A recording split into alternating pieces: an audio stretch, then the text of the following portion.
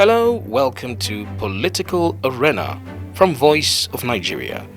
Today we turn our attentions to Brazil, where leaders of the world's major emerging economies, Brazil, Russia, India, China, South Africa, and an expanding bloc of invited nations gathered for the 17th BRICS Summit in Rio de Janeiro.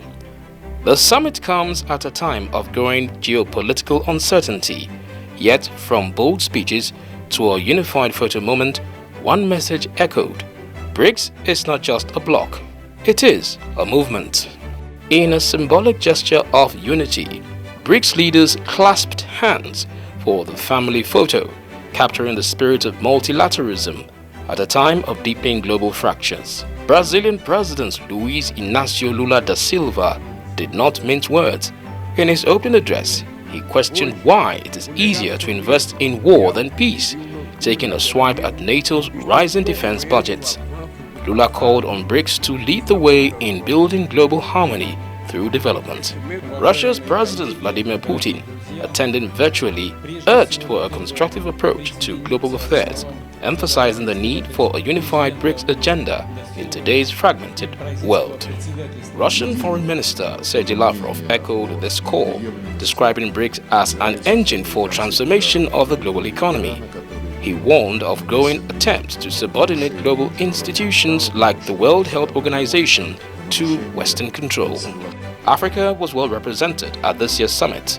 Nigeria's President Bola Tinubu said the time had come for a more equitable, justice-led global order. We believe the BRICS must not only be a bloc of emerging economies, it must be a beacon of emerging solutions and resolutions rooted in solidarity, self-reliance, sustainability, and shared growth, prosperity of a common future. South African President Cyril Ramaphosa reiterated his call for African representation on the United Nations Security Council while defending the bloc's importance in global governance. That the African continent, which has 1.3 billion people, is not represented in the United Nations Security Council. And we said that we should continue insisting, and we were rather pleased that there is agreement on the reform of the UN Security Council, even amongst those members of BRICS who are members of the Security Council. And we looked at a number of other important issues such as climate change. We have always cooperated with China at the mutual beneficial level, and also with Russia. We have always cooperated with them at the mutual beneficial level, in particular also at the BRICS platform as a partnership. So we continue to have mutual beneficial relationship with China and Russia, and also through this BRICS platform, which we see as very important. As you will have heard from the reports of the BRICS Development Bank, we have also benefited through the financing of our ports, infrastructure, refurbishment in South Africa. Another African powerhouse, Ethiopia, said it's joined the BRICS bloc with the aim of diversifying partnerships.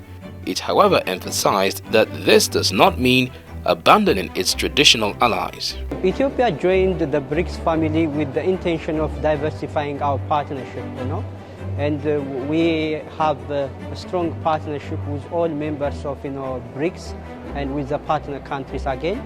And when we joined the BRICS platform, we have the objective of diversifying our partnership with all these countries in the area of trade, investment, tourism and development finance.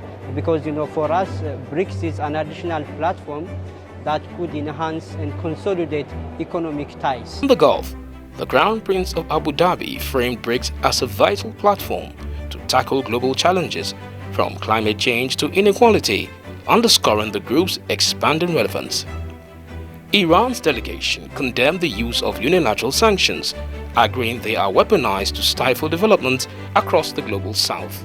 Unilateral coercive measures or unilateral sanctions have been imposed against many developing states. And I think it's a major concern among the global South that these unilateral sanctions are being instrumentalized to affect the development and well-being of the nations in the South. So what we have been trying to do as one of those countries that has been under sanctions for a long time is to identify and use any potential that can help us get around of sanctions. Not all nations, however, are on board with the BRICS formation agenda. United States President Donald Trump threatened a 10% tariff on all BRICS member states. BRICS was set up to hurt us. BRICS was set up to degenerate our dollar and take our dollar as the standard, take it off as the standard. And that's okay if they want to play that game, but I can play that game too. So anybody that's in BRICS is getting a 10% charge. Well, if they're a member of BRICS, they're going to have to pay 10% tariff just for that one thing, and they won't be a member long. I thought BRICS was, I said this about a year ago, and it largely broke up.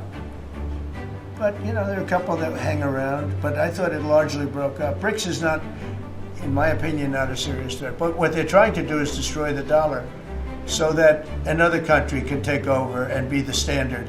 And we're not going to lose the standard at any time. If you have a smart president, you will never lose the standard. As the summit closed, Lula met with Indian Prime Minister Narendra Modi to reinforce partnerships in peace building, trade, and the fight against inequality. The message: BRICS is not just about resistance, it's about reformation.